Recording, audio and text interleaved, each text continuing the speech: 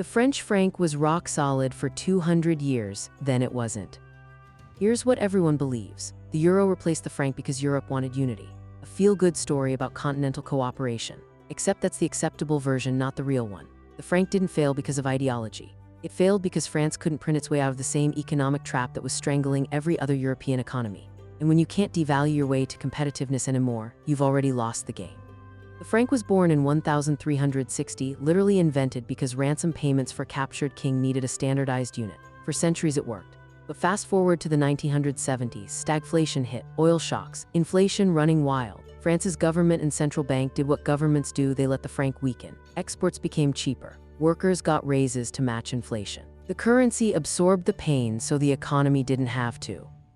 That trick worked for a decade, but by the 1980s something changed. Germany rebuilt itself without devaluation through discipline, productivity, and wage restraint. Meanwhile, France kept printing francs. The gap widened. By the early 1990s, the franc was volatile, expensive to borrow in, and frankly exhausted. Speculators started betting it would collapse. The central bank had to defend it with interest rates so punishing they choked the real economy.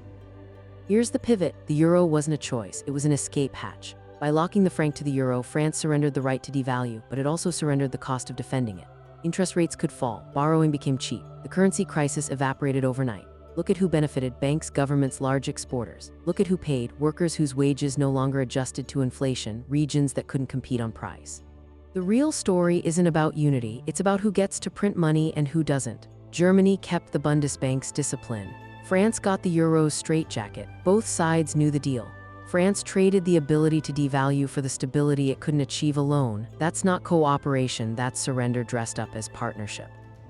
For 20 years it worked. Then 2008 hit, then 2012, then migration, then Brexit, then pandemic. The euro couldn't flex. France couldn't devalue. What was sold as stability became a cage. The franc story didn't end in 2002 when it was retired. It's still being written in every policy debate about whether the euro can survive another shock and whether surrender ever feels like victory once the bill comes due.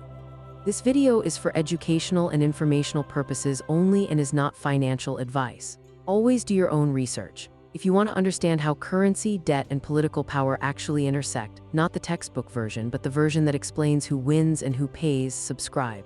There's a new unsolved case in geoeconomics every week.